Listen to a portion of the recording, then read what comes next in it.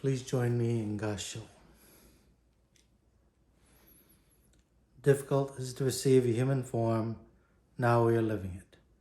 Difficult is it to hear the Dharma of the Buddha, now we hear it. If we do not cross over to the truth in the present life, in what life shall we cross over? Let us with sincerity and true reverence take refuge in the three treasures of the truth. I take refuge in the Buddha. May we together with all sentient beings awaken to the great way of enlightenment and to the unsurpassed intent of Amida Buddha. I take refuge in the Dharma. May we together with all sentient beings enter the storehouse of the Dharma, becoming like the wisdom ocean. I take refuge in the Sangha. May we together with all sentient beings become units in true accord, in harmony with all things. The peerless, profound, and wondrous Dharma is rare to encounter, even in many hundreds and thousands of kalpas. Now we are privileged to hear and receive it. Let us thoroughly understand the true meaning of the Tathagata's teachings. Nam Mandavas, Nam Mandavas, Nam Mandavas. Good morning, everyone. Thank you for tuning in today to our Sunday service. Today we're observing the monthly memorial service for the temple in Salinas. I'd like to begin with a quote from Shakyamuni Buddha. Your suffering is my suffering, and your happiness is my happiness. Just as a mother always loves her child, the child does not forget that spirit for even a single moment, for it is the nature of Buddhahood to be compassionate. Nam Mandavas, Nam Mandavas, Nam Mandavas, Nam Mandavas.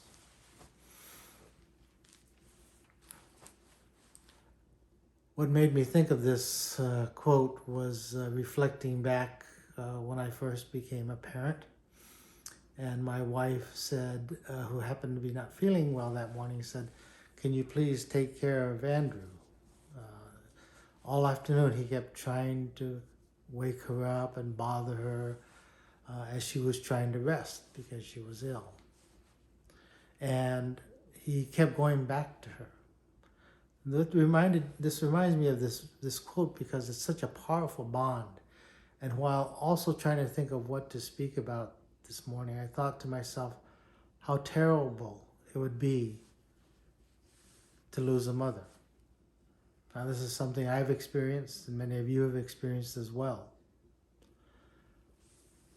The great Buddhist scholar, his name was Haya Akegarasu, said, "Though there are millions of mothers for millions of children, there is no one more superior or excellent than my own mother." This one statement pretty much says how all of us feel about our mothers. But I didn't want to talk just about mothers, but in general, when we lose someone that we love as human beings, we experience grief and sadness. And Shakyamuni had taught us that one way to resolve our sadness is to take refuge in the fact that we have received the love of someone. And that love and care never abandons us, never forsakes us. I always tell families at memorials that your loved one is always with you, that you have not lost them. They are always with you. So when we think about our mothers, it's easy to experience the receiving of one's love and care. So I want to share with you a couple of stories, actually, or experiences first.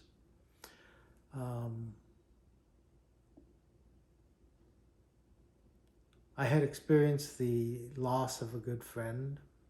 I was killed in a traffic accident. The parents were gone while this happened. And so they came back from a trip and I had to meet them at the airport and took them home. And the minute they walked into the house, they saw the Butsudan. They saw the candle lit. They saw the incense burning. And they saw the picture of their daughter. and they immediately knew that she had died.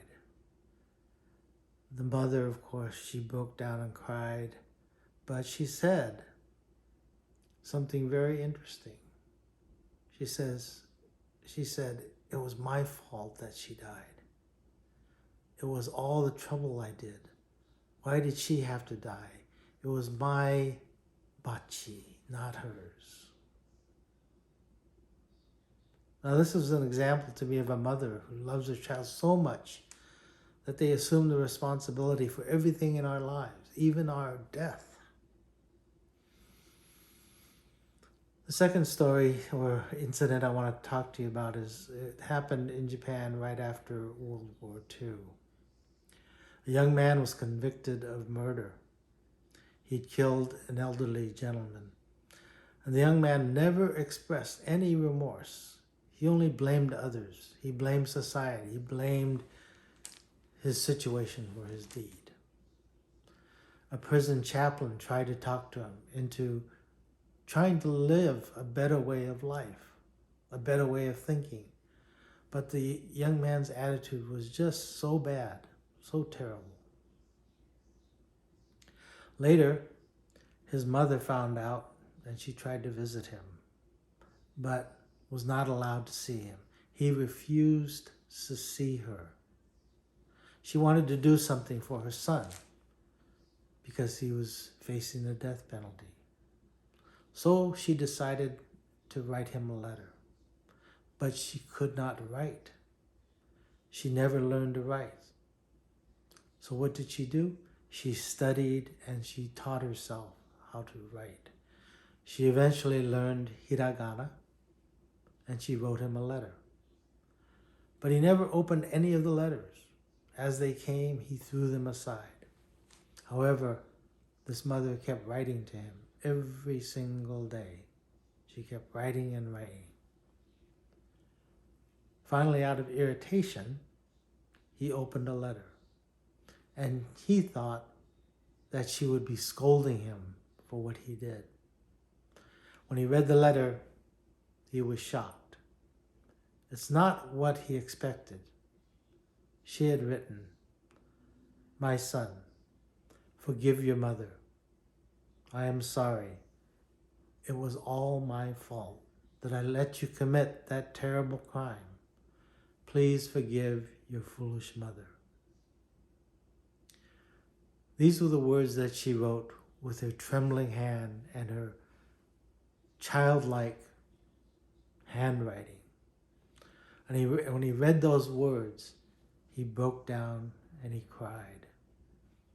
He killed and he felt no remorse until now. He only blamed others. He blamed society. He blamed the situation for his killing. He cried, and then he screamed out loud, "I'm so sorry, Mother. I did not know there was someone who loves me, someone who is concerned about me so much." This is the Buddha's great teaching. When we realize that we have received and continue to receive the love and the care of our loved ones, our world opens up before us, the world of love and compassion. And then we can put our hands together in Gassho and say the Nembutsu. Please join me in Gassho. Namo Amida Butsu, Namo Amida Butsu, Namo Amida Butsu, Namo Amida Butsu, Namo Amida Butsu. Thank you very much.